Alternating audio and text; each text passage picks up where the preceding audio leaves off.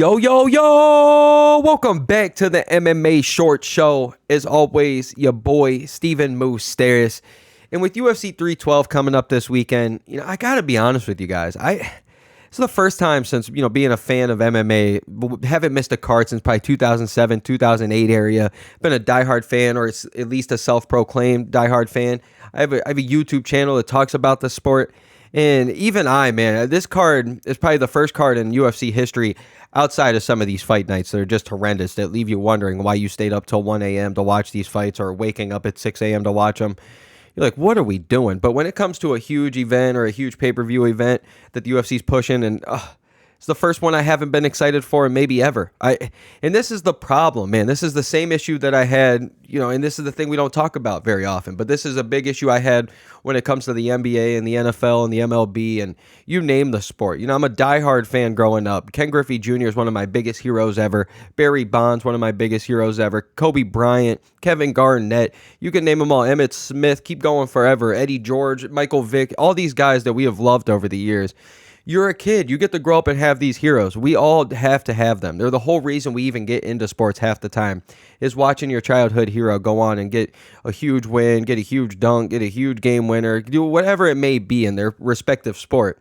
And once I found MMA in my teenage years, man, it's amazing. I get to sit there and watch all these guys like BJ Penn and good old George St. Pierre. Even before that a little bit, where you're just watching Chuck Liddell, Tito, Rampage Jackson, Rashad, all these guys you can name forever and ever and ever. And growing into becoming fans of these guys, and Anderson Silva, Rampage Jackson, GSP, all these guys that are bringing you back, doing highlights, just killing the game, running it forever.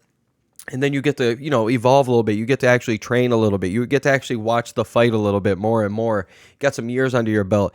And then guys like John Jones and Max Holloway and Robert Whitaker and Anthony Rumble Johnson and all these guys start coming past and coming up, and these new guys that you start watching, that you start growing with because they're around the same age as you or a couple years older. And now I think even with watching Izzy get knocked out last week, it's finally kind of dawned on me a little bit that I'm finally at that point in MMA where it's tough, man, because as a 30-year-old man, I'm sitting here, my favorite fighters that are left are John Jones, Max Holloway, and Robert Whitaker. And those last three I just named, those guys are already at the end of their careers. We already see what's happening with Robert Whitaker. Those last few fights have been ugly, man. We already seen what's happening with Max Holloway. This man already just got knocked out for the first time in his career. John Jones, although he's still the GOAT, he's already been pretty, open about how he only has one fight left, 2 fights left as it is. So it's getting hard, man, and to see somebody like Israel Adesanya, to me, relatively, is brand new in the sport, and to see him, lose, and then to realize, like, man, he really has been in the game forever. The dude's mid-30s, late 30s. He's already has all his title defenses, his highlights, everything. So for me, it's just getting crazy now here. I'm watching this sport, and it's almost flashing before my eyes. So it's tough for me to sit here and root for somebody who's 20 years old, 19 years old, 21 years old, and especially in a game full of young killers. Especially with the UFC, the way they're pushing everybody. It's so hard to try to just grab a favorite fighter anymore. And luckily for us, when it comes to fighting, man, I could watch 2 kids fight. I could watch 2 grandmas fight. I could watch 2 babies fight. It don't matter what's fighting. Animals, us, it don't matter what it is. Fighting's one of the most intriguing things in the world. It's one of the most fun, primal things that we could ever do. So I'm always going to love the sport. And it makes it easier as a fan to watch the sport without people to root for, if we're being honest. Because at that rate, you're just out here just watching and hoping for some wild stuff to happen. But there's nothing like getting hyped up and getting nervous before your favorite fighter's about to fight.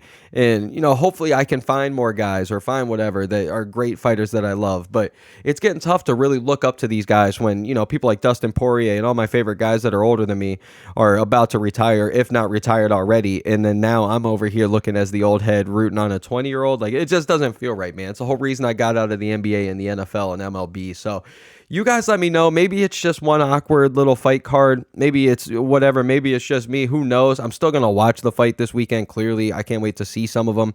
I'm more intrigued for the Sean Strickland and, good old Dricus fight just to see who Hamzat's about to beat. But, as all in all, man, it's still amazing to be an MMA fan. It's still awesome to see the UFC keep growing and to do its thing.